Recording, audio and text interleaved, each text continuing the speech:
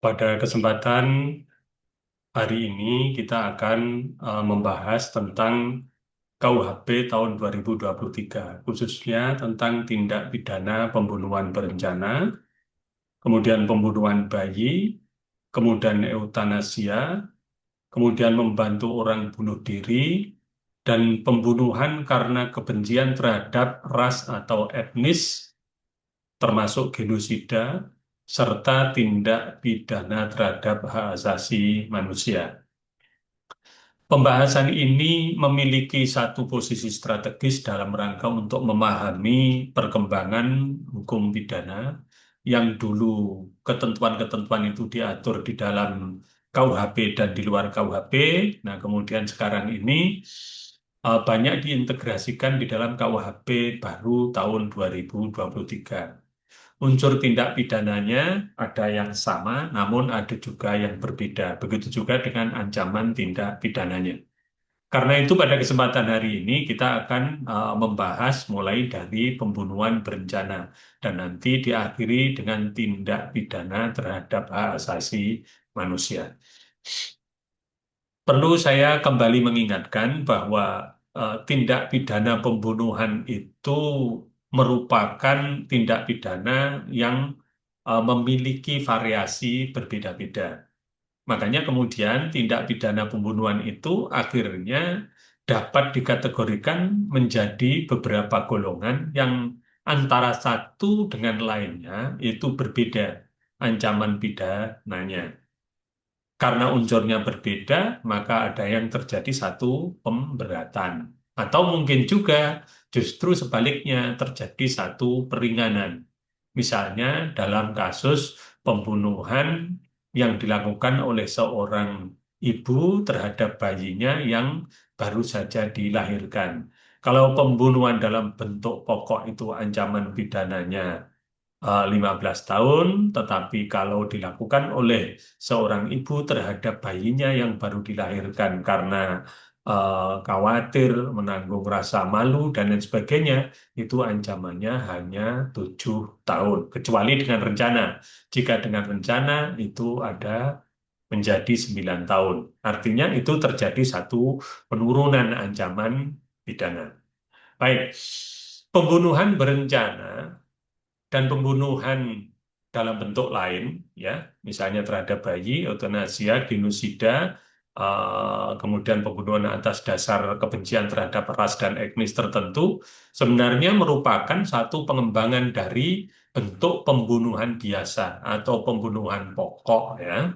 Pembunuhan berencana dan pembunuhan bentuk lainnya, misalnya terhadap bayi, eutanasia, genosida, dan lain-lain itu sebenarnya merupakan pengembangan dari pembunuhan bentuk pokok atau pembunuhan biasa.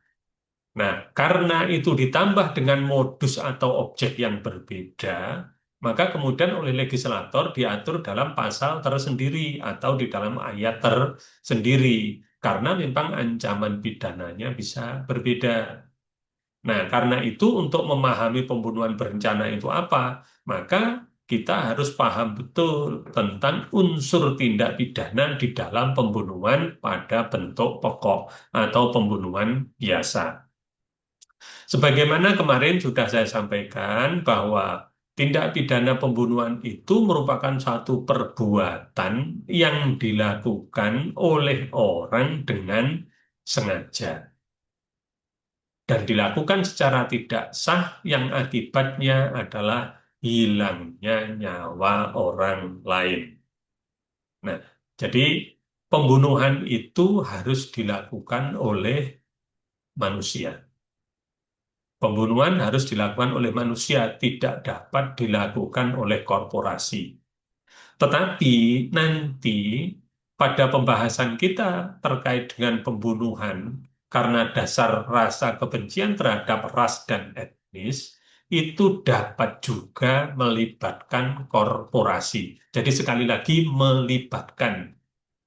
Nah, karena itu maka kita kembali pada unsur sebagaimana diatur di dalam pasal 338 KUHP 1946 dan juga pasal 458 KUHP 2023.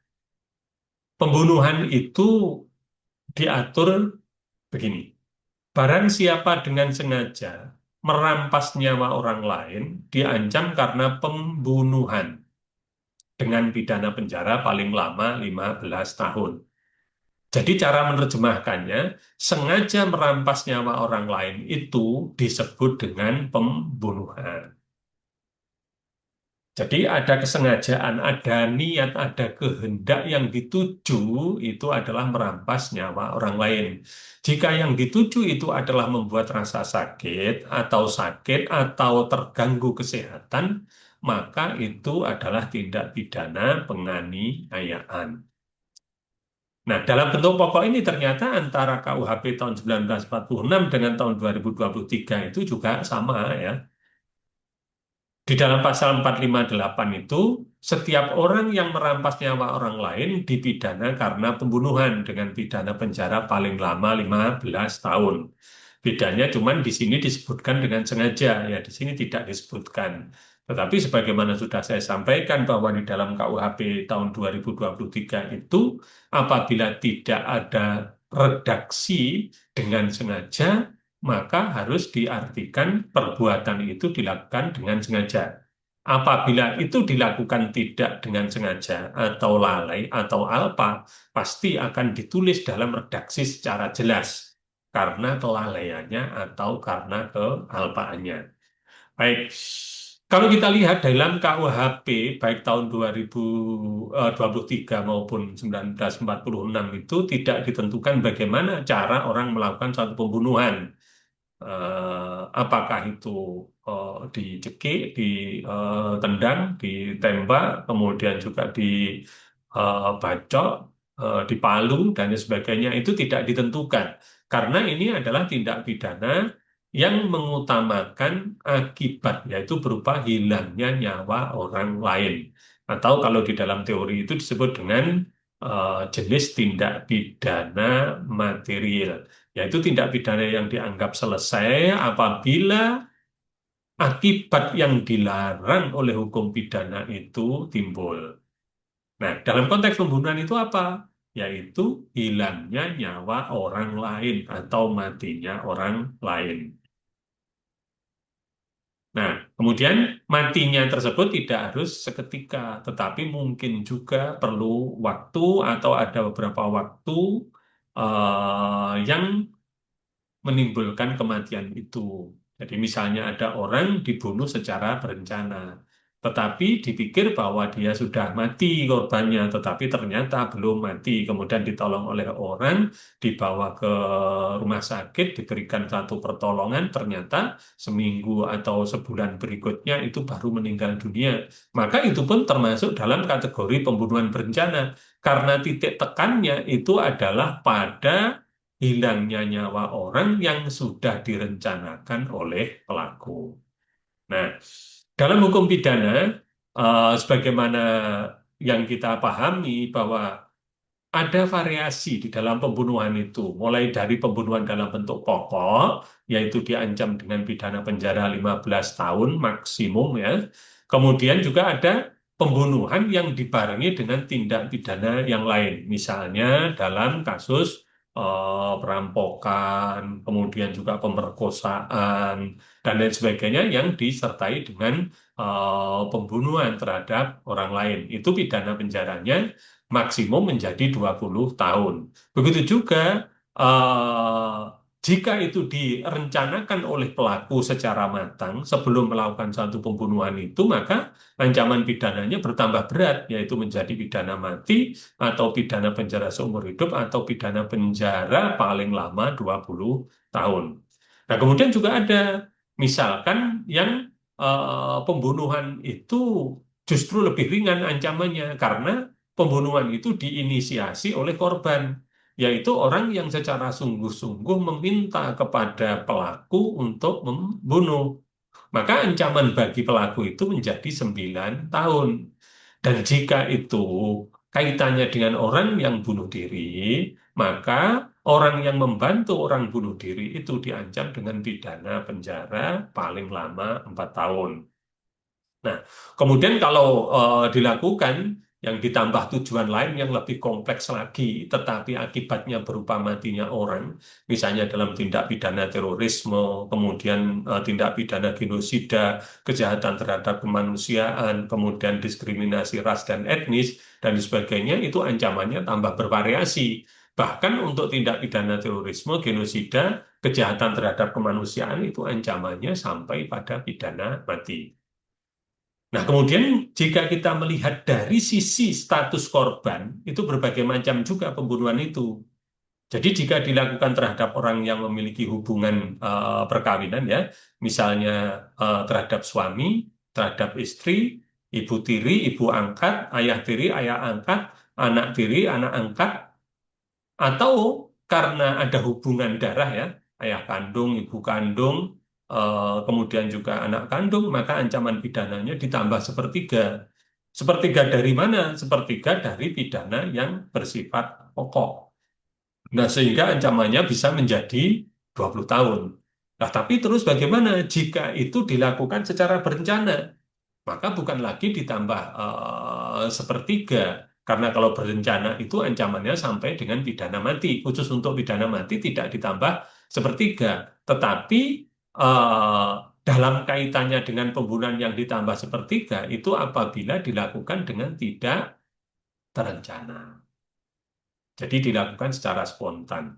Kemudian jika dilakukan kepada pejabat tinggi, yaitu Presiden RI dan Wakil Presiden atau Kepala Negara Sahabat, maka itu juga pidananya ada tersendiri, diatur ya. Kalau terhadap Presiden atau Wakil Presiden, itu kan tergolong di dalam konteks makar ya. Nah, kemudian jika terhadap bayi, maka ancamannya itu lebih ringan, tapi khusus jika ibunya yang melakukan. Tetapi bagi yang turut serta melakukan, jadi bukan ibunya yang turut serta melakukan, maka pidananya itu bisa lebih berat. Karena apabila dilakukan dalam pidana pokok saja, itu bisa 15 tahun. Apalagi kalau pembunuhannya terhadap bayi itu dilakukan secara terencana, maka ancamannya juga seperti melakukan pembunuhan berencana, meskipun eh, yang turut serta tadi ya. Jadi yang turut serta tadi itu melakukan satu pembunuhan terhadap bayi yang ancaman pokoknya saja itu hanya 9 tahun bagi ibunya. Tapi bagi yang membantu itu bisa diancam dengan pidana mati. Nah, aturan pembunuhan berencana itu ya ini yang tidak yang tidak tergolong bayi. Jadi objeknya itu bukan bayi. Yang disasar itu adalah anak ya atau orang dewasa. Dalam hukum pidana itu dibedakan di dalam konteks pembunuhan itu antara bayi dengan anak. Kalau bayi itu adalah yang sesaat setelah dilahirkan. Kemudian kalau anak itu berarti setelah bayi itu adalah anak. Kemudian kalau dia sudah mencapai usia 18 tahun itu namanya adalah orang dewasa. Antara KUHP 1946 dengan KUHP tahun 2023 itu ternyata juga sama unsurnya. Ancaman pidananya juga sama. Di dalam pasal 340, barang siapa dengan sengaja dan dengan rencana terlebih dahulu merampas nyawa orang lain diancam karena pembunuhan dengan rencana, dengan pidana mati atau pidana penjara seumur hidup atau pidana selama waktu tertentu paling lama 20 tahun. Ini sama juga dengan pasal 459 KUHP tahun 2023 bahwa setiap orang yang dengan sengaja terlebih dahulu merampas nyawa orang lain dipidana karena pembunuhan berencana dengan pidana mati atau pidana penjara seumur hidup atau pidana penjara paling lama 20 tahun. Nah, ketika kita melihat dari rumusan ini, berarti yang dimaksud dengan pembunuhan berencana, kata pembunuhan itu menunjuk pada unsur. Yang pertama adalah dilakukan secara sengaja, yang kedua adalah menghilangkan nyawa, yang ketiga terhadap orang lain. Nah, tentu saja itu dilakukan secara melawan hukum. Makanya kemudian kalau kita melihat ya, unsur-unsurnya itu sebenarnya adalah unsur tindak pidana yang sebagaimana diatur di dalam pembunuhan. Tetapi ada perbedaannya.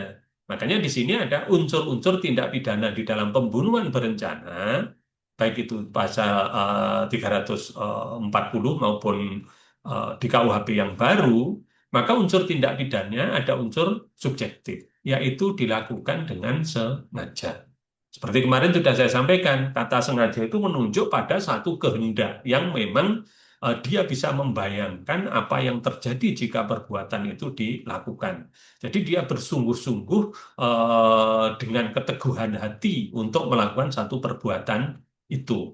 Ini untuk membedakan unsur kesalahan dalam bentuk sengaja dengan unsur kesalahan dalam bentuk kelalaian atau kealpaan. Kemudian yang kedua, dengan rencana terlebih dahulu. Nah, ini yang membedakan dengan tindak pidana pembunuhan dalam bentuk pokok. Kalau di dalam bentuk pokok itu dilakukan secara spontan, tetapi tujuannya adalah untuk menghilangkan nyawa orang lain. Nah, sedangkan di sini tujuannya adalah menghilangkan nyawa orang lain, tetapi direncanakan terlebih dahulu. Di dalam hukum pidana itu, apabila satu perbuatan itu dilakukan secara terencana, maka ancamannya itu lebih berat dibandingkan dengan dalam bentuk spontan, meskipun niatnya itu sama. Ya. Kemudian unsur objektifnya, perbuatan itu berupa menghilangkan nyawa. Jadi indikatornya itu korban harus meninggal dunia, harus mati dengan ciri-ciri yang sudah ditentukan di dalam ilmu kedokteran forensik ya. Nah, jadi dia misalnya dia mati batang otak, kemudian juga eh, detak jantungnya berhenti secara permanen, pernafasannya berhenti secara permanen, kemudian juga tidak peka lagi terhadap rangsangan, terjadi penurunan suhu tubuh yang diikuti dengan tanda-tanda fisik ya. Jadi tanda-tanda fisik yang lain sebagaimana yang ditentukan di dalam ilmu kedokteran forensik. Nah, dan nyawa itu harus nyawa orang lain, bukan nyawa diri sendiri dan bukan nyawa hewan.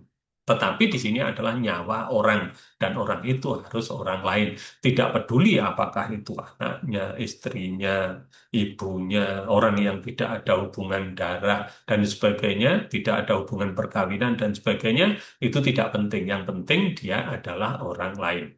Nah, kemudian kata kuncinya di sini ada satu ketentuan yang disebut dengan berencana. Ketentuan berencana itu tidak dijelaskan di dalam KUHP, baik 1946 maupun 2023. Sehingga apabila kita melihat dari apa itu pengertian berencana, harus kita dasarkan pada ajaran para ahli atau mungkin juga jurisprudensi. Sehingga kita dapat menjelaskan secara utuh apa yang dimaksud dengan berencana. Nah, jadi berencana itu dasarnya mengandung tiga syarat. Yang pertama adalah memutuskan kehendak dalam suasana yang tenang. Maksudnya pada saat merencanakan pembunuhan itu, dia sudah berpikir dengan segala pertimbangan. Sehingga kehendak untuk melakukan pembunuhan itu betul-betul disadari dan betul-betul diinisiasi oleh keadaan yang membuat dia melakukan satu pembunuhan. Kemudian yang kedua, ada tersedia waktu yang cukup sejak timbulnya kehendak sampai dengan pelaksanaan kehendak itu. Nah, jadi dia itu memiliki satu waktu yang cukup untuk mempertimbangkan apakah jadi melakukan pembunuhan atau tidak melakukan pembunuhan cukup dengan penganiayaan atau malah tidak melakukan sama sekali. Itu harus ada waktu yang cukup. Nah, tidak dijelaskan waktu yang cukup itu berapa jam, berapa hari, atau berapa bulan, tapi yang jelas nanti akan dipikirkan oleh hakim apakah itu termasuk berencana atau tidak. Hakim pikirannya pasti didasarkan pada pemeriksaan pada alat-alat bukti, termasuk juga pada bukti petunjuk dan juga bukti keterangan dari terdakwa dan bukti-bukti yang lainnya. Kemudian yang ketiga, itu unsurnya pelaksanaan kehendak tersebut itu harus dalam suasana yang tenang.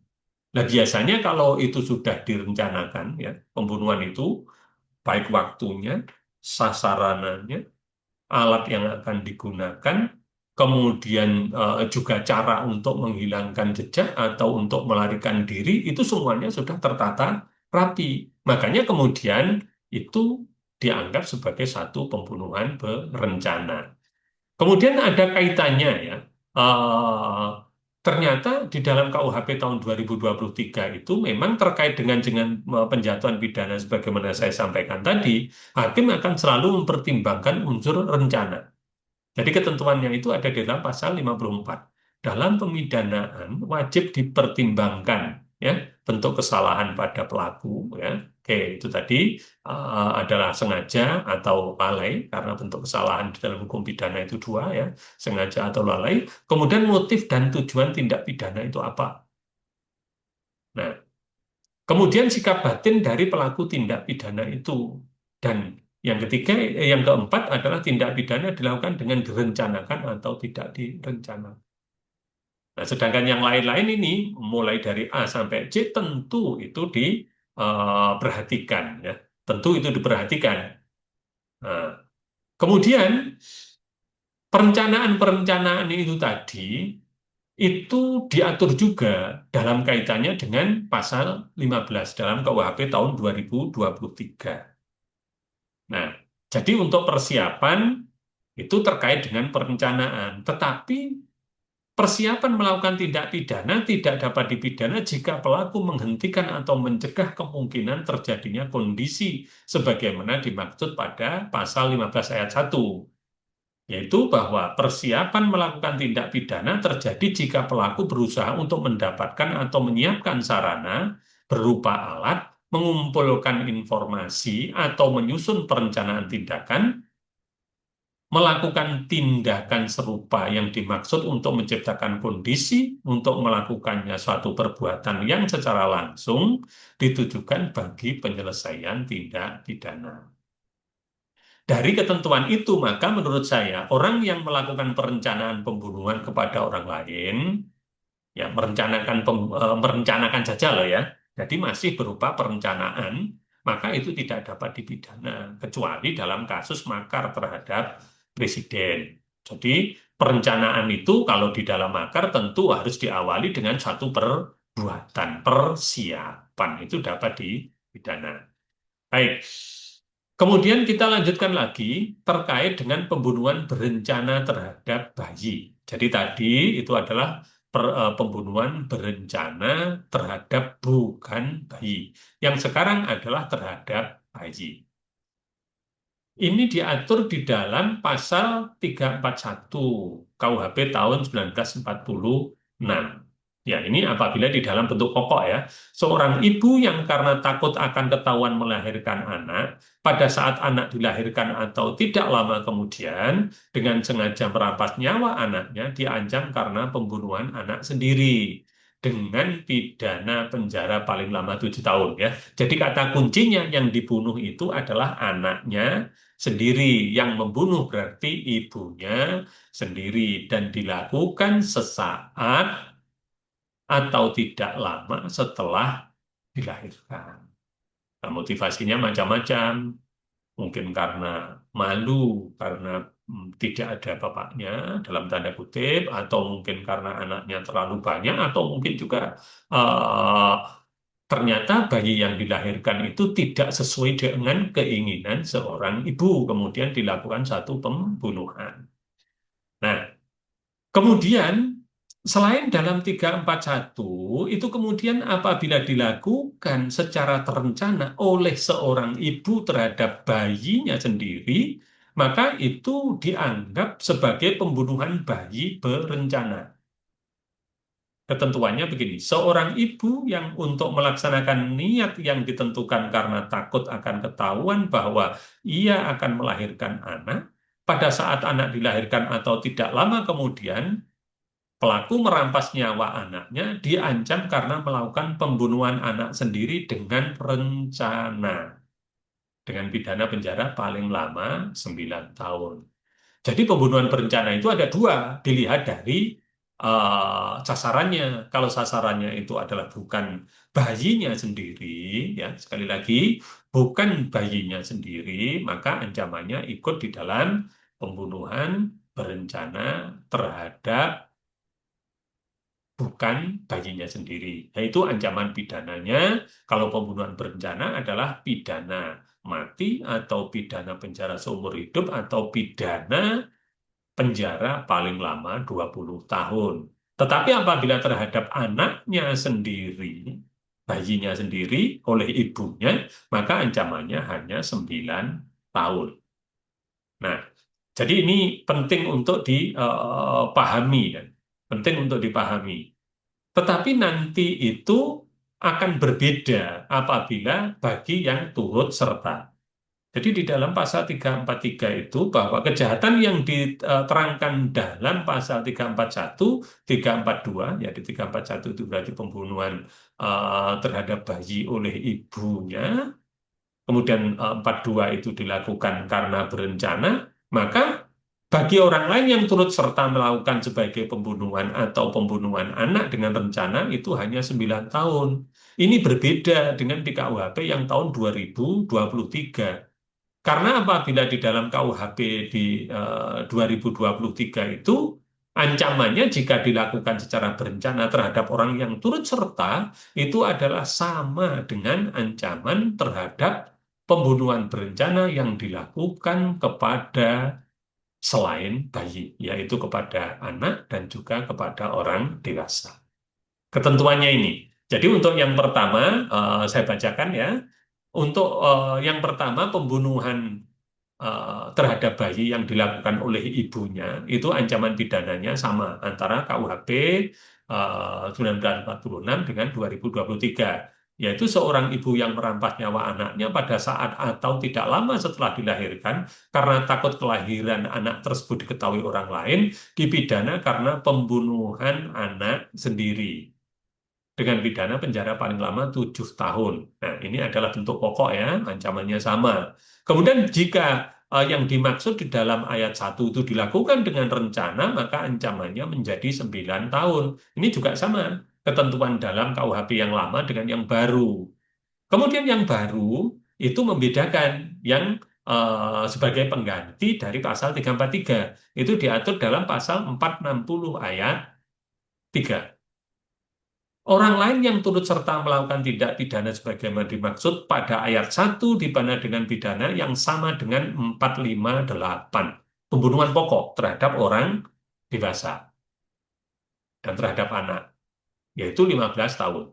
Kemudian jika itu dilakukan secara terencana, maka sama dengan pasal 459, yaitu dengan ancaman pidana mati atau pidana penjara seumur hidup atau pidana penjara paling lama 20 tahun.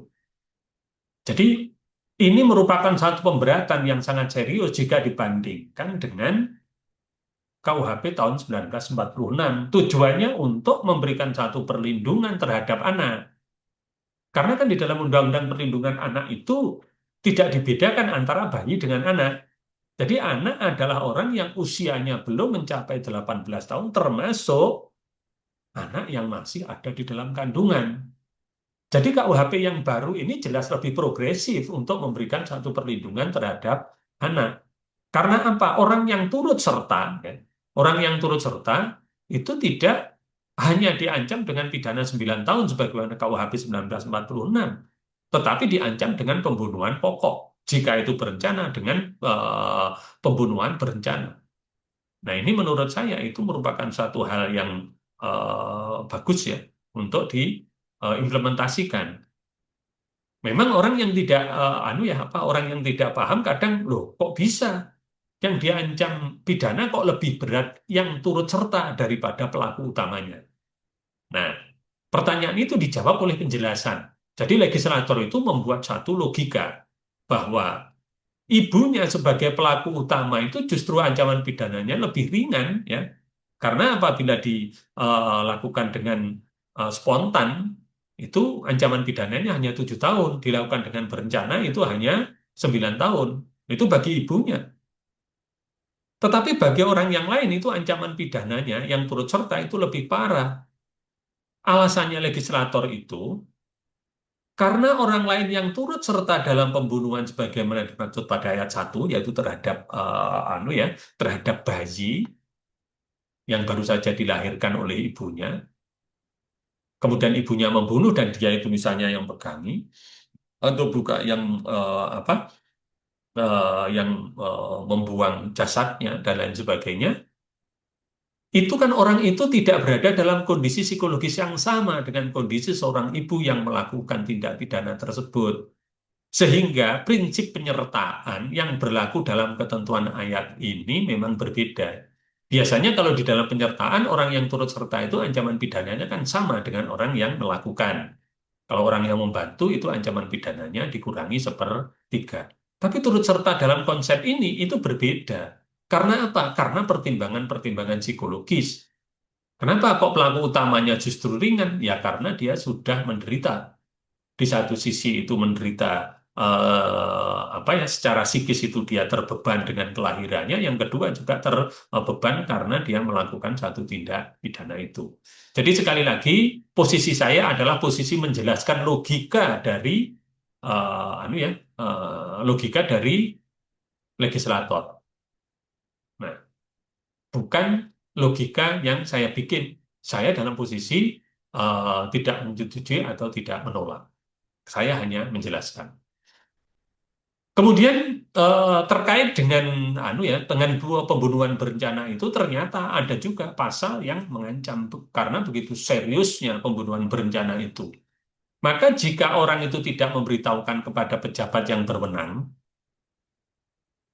tentang adanya orang yang berencana melakukan pembunuhan berencana, ya, jadi termasuk orang yang membantu ibu untuk membunuh bayinya yang turut serta tadi ya, maka akan berlaku ketentuan pasal 254.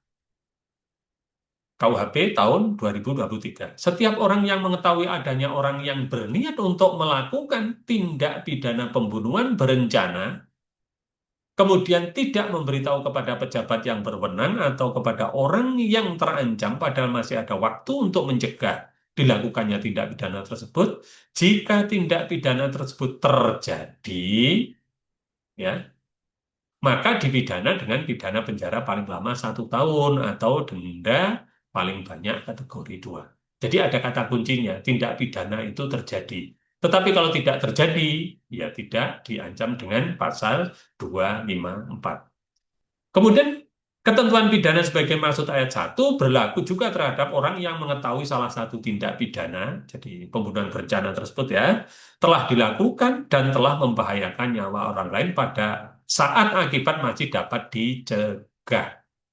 Ya. Jadi yang pertama itu di ayat pertama itu mengetahui adanya orang yang berniat.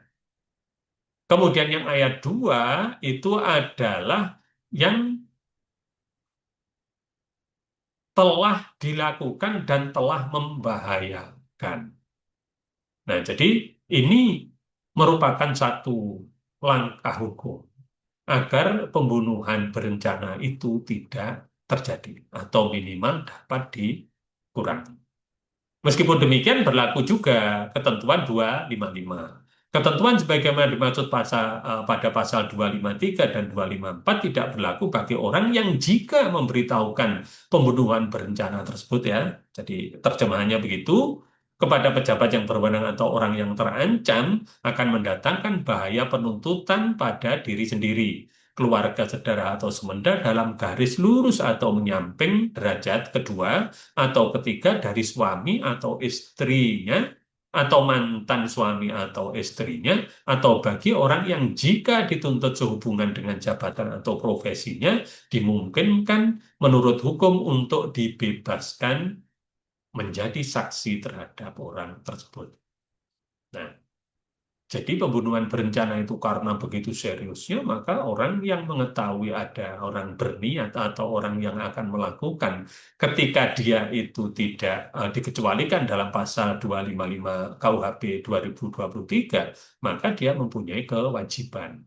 Jika dia tidak melaporkan atau tidak memberitahu kepada sasaran yang akan dituju, maka dia diancam dengan pidana 1 tahun atau denda kategori 2 dengan syarat memang pembunuhan itu terjadi. Nah, kemudian kita lanjutkan. pada pembunuhan karena atas permintaan korban. Ternyata itu unsurnya juga sama, tetapi ancaman pidananya berbeda antara KUHP 2023 dengan KUHP tahun 1946. Nah, di dalam KUHP 1946 itu ya, awalnya ya, jadi awalnya itu eh, barang siapa merampas nyawa orang lain atas permintaan orang itu sendiri yang jelas dinyatakan dengan kesungguhan hati diancam dengan pidana penjara paling lama 12 tahun. Jadi ini adalah eutanasi aktif itu ya. Jadi dia meminta, korban meminta, kemudian itu pelaku menyetujui melakukannya. Maka ancamannya 12 tahun. Kemudian, kalau di dalam KUHP yang baru justru diturunkan, yang tadinya itu 12 tahun menjadi 9 tahun, yaitu di dalam pasal 461. Setiap orang yang merampas nyawa orang lain atas permintaan orang itu sendiri, yang jelas dinyatakan dengan kesungguhan hati, dipidana dengan pidana penjara paling lama 9 tahun. Jadi ini ada satu penurunan lebih ringan. Kemudian di dalam penjelasan itu diatur bahwa pasal 461 mengatur tindak pidana yang dikenal dengan eutanasia aktif. Jadi meskipun eutanasia aktif itu dilakukan atas permintaan orang yang bersangkutan yang dinyatakan dengan kesungguhan hati, namun perbuatan itu tetap diancam dengan pidana. Hal ini didasarkan satu pertimbangan karena perbuatan tersebut dinilai bertentangan dengan moral agama. Jadi khusus di Indonesia, ini berbeda dengan beberapa negara ya, misalnya di Belanda, di Australia, di Jerman, dan lain sebagainya, eutanasia itu tidak dipidana. Ya. Tetapi kalau di Indonesia itu dipidana. Karena apa? Karena negara Indonesia adalah negara yang berdasarkan ketuhanan yang Maha Esa. Menghilangkan nyawa orang lain, baik itu kehendak sendiri maupun permintaan dari orang lain, yaitu korban, maka dianggap menghilangkan nyawa. Dan itu bertentangan. Dan beberapa kali banyak pihak yang meminta fatwa kepada Mahkamah Agung untuk melakukan satu eutanasia. Tapi oleh Mahkamah Agung Republik Indonesia tidak pernah diberi legalitas untuk melakukan itu. Jadi fatwanya selalu melarang. Nah, kemudian di samping itu tujuannya adalah mencegah kemungkinan yang tidak dihindaki. Misalnya oleh pelaku tindak pidana justru diciptakan suatu keadaan yang sedemikian rupa sehingga timbul permintaan untuk merampas nyawa dari orang yang bersangkutan. Jadi ancaman pidana di sini itu ditujukan terhadap kehidupan seseorang. Nah, sekali lagi, ancaman pidana di sini tidak ditujukan terhadap kehidupan seseorang, melainkan ditujukan terhadap penghormatan kehidupan manusia pada umumnya. Meskipun dalam kondisi orang tersebut sangat menderita, baik jasmani maupun rohani. Jadi motif pelaku itu tidak relevan untuk dipertimbangkan dalam tindak pidana. Kan di dalam negara hukum Indonesia itu sangat menjunjung tinggi eksistensi dari nyawa manusia, siapapun itu, bayi, anak, orang dewasa, orang disabilitas, apalagi orang gila dan lain sebagainya itu tidak penting, semuanya harus dilindungi. Dan ketika melindungi itu tujuannya bukan hanya semata-mata melindungi diri seseorang, tetapi melindungi nyawa semua orang. Karena apabila logika digunakan dengan negara-negara yang liberal, tentu bahwa itu kan atas permintaan sendiri. Dia akan mempunyai hak untuk hidup dan juga hak untuk mati. Nah, di Indonesia itu yang ada hanya hak untuk hidup, tidak ada hak untuk mati. Itu ya. Nah, jadi perbedaannya itu karena memang filosofi cara berpikirnya antara Indonesia dengan beberapa negara liberal yang melegalkan eutanasia itu memang berbeda. Nah, kemudian yang berikutnya adalah mendorong orang atau memfasilitasi orang lain bunuh diri. Maka unsurnya juga sama antara KUHP 1946 dengan KUHP yang baru.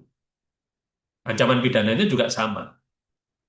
Di dalam pasal 345 KUHP 1946, barang siapa yang sengaja mendorong orang lain untuk bunuh diri, menolongnya dalam perbuatan itu atau memberi sarana kepadanya untuk itu diancam dengan pidana penjara paling lama 4 tahun.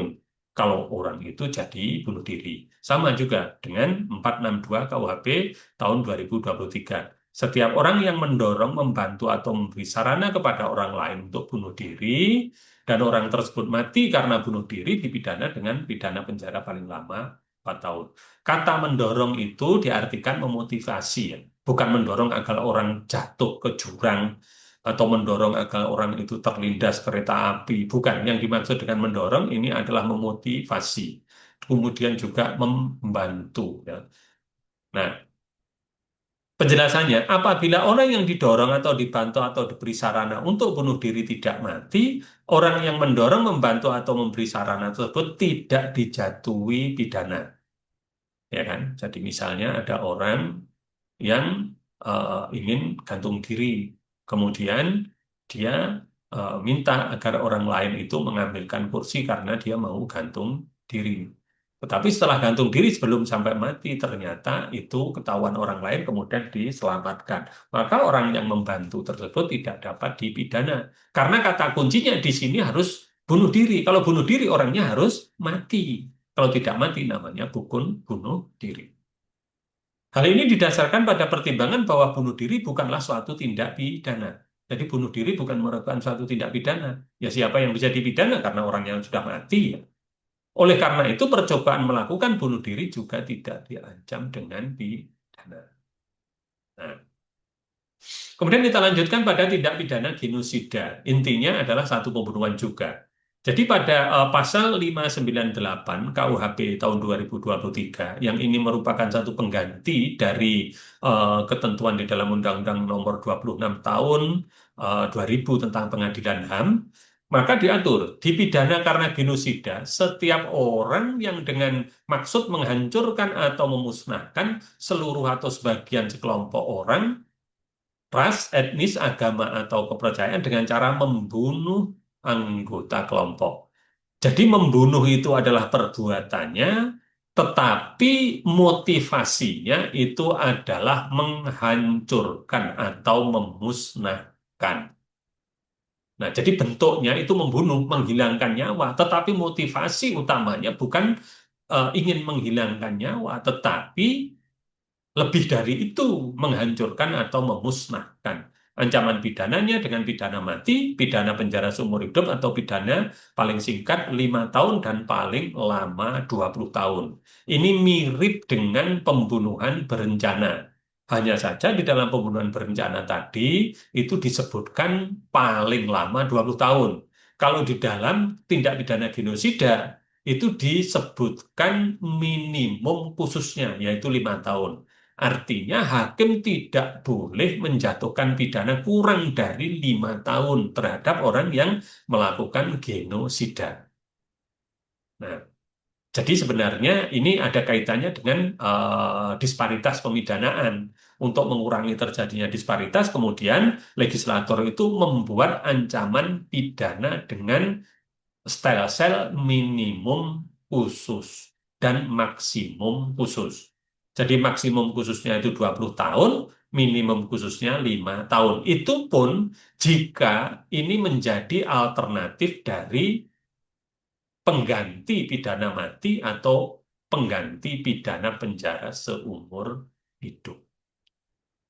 Nah, kemudian kita lanjutkan lagi tindak pidana terhadap kemanusiaan. Ini sekali lagi juga merupakan pengganti dari ketentuan sebagaimana diatur di dalam Undang-Undang Nomor 26 Tahun 2000 tentang Pengadilan Hak Asasi Manusia. Di dalam pasal 599 KUHP tahun 2023, ketentuannya dipidana karena tindak pidana terhadap kemanusiaan setiap orang yang melakukan salah satu dari sebagai bagian dari serangan yang meluas atau sistematis yang diketahuinya bahwa serangan tersebut ditujukan terhadap penduduk sipil berupa pembunuhan. Jadi yang dimaksud dengan pembunuhan yaitu tadi menghilangkan nyawa orang lain secara sengaja dan melawan hukum. Ancamannya dengan pidana mati, pidana penjara seumur hidup, atau pidana penjara paling singkat 5 tahun, paling lama 20 tahun. Ini ancaman pidananya sama dengan genosida. Cuman perbedaannya adalah pada unsurnya. Kalau genosida itu adalah terkait dengan pemusnahan atau penghilangan yang didasarkan pada suku, agama, ras, dan juga kepercayaan. Tetapi kalau pembunuhan itu dilakukan terhadap penduduk sipil dengan cara sistematis dan meluas. Nah, kemudian ada juga aturan yang sekarang ini berlaku, itu adalah Undang-Undang Nomor 40 Tahun 2008 tentang penghapusan diskriminasi ras dan etnis. Jadi ancaman pidananya itu setiap orang yang dengan sengaja melakukan perampasan nyawa orang lain, ya, jadi berarti membunuh ya, ditambah dengan sepertiga dari masing-masing ancaman pidana maksimumnya. Jadi kalau misalnya pembunuhan dalam bentuk pokok, maka ditambah sepertiganya menjadi 20 tahun. Tetapi motivasinya itu tetap pada kebencian ya. Jadi di sini jelaskan dalam pasal 4 huruf B, angka 4 itu menunjukkan kebencian atau rasa benci kepada orang karena perbedaan ras dan etnis berupa perbuatan melakukan perampasan nyawa orang lain. Jadi motivasinya itu bukan karena dendam, bukan karena sakit hati, tetapi karena benci terhadap orang dengan ras tertentu.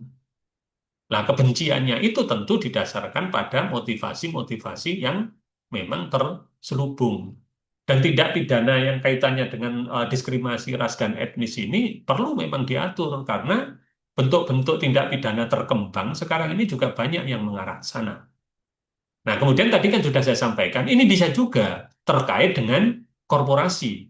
Makanya jika tindak pidana itu dianggap dilakukan oleh korporasi, apabila tindak pidana tersebut dilakukan oleh orang-orang yang bertindak untuk dan atas nama korporasi. Untuk kepentingan korporasi, baik berdasarkan hubungan kerja maupun bertindak dalam lingkungan korporasi tersebut. Baik itu dilakukan sendiri-sendiri maupun bersama-sama.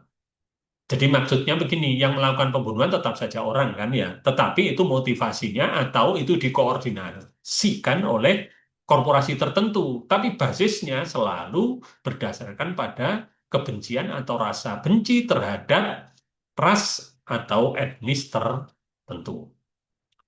Nah, dalam hal tindak pidana sebagian dari maksud ayat 1 dilakukan oleh satu korporasi, maka penyidikan, penuntutan, dan pemidanaan dilakukan terhadap korporasi dan atau pengurusnya. Jadi orangnya juga bisa dipidana, pengurusnya bisa dipidana, kemudian korporasinya juga dipidana. Nah, tentu yang dijatuhkan terhadap korporasi nanti itu adalah pada pidana denda. Makanya dalam hal tindak pidana dilakukan oleh satu korporasi, selain pidana penjara dan denda terhadap pengurusnya, pidana dapat dijatuhkan terhadap korporasi berupa pidana denda dengan pemberatan 3 kali lipat dari pidana denda sebagaimana dimaksud pada pasal 16, 17 ya. Jadi 16, 17 ini ditambah ini pidana dendanya. Kemudian selain pidana denda sebagaimana dimaksud ayat 1, korporasi dapat dijatuhi pidana tambahan berupa pencabutan izin usaha atau pencabutan status badan hukum. Jadi karena begitu seriusnya tindak pidana ini, maka ancaman pidananya juga lebih berat. Nah, itulah yang bisa saya sampaikan dalam kesempatan ini. Sekali lagi bahwa pembunuhan itu merupakan suatu tindak pidana yang bervariasi. Antara satu dengan yang lainnya mempunyai karakteristik yang berbeda-beda. Karena itu ketika unsurnya berbeda, pertanggungjawaban pidananya juga berbeda, maka ancaman pidananya juga berbeda.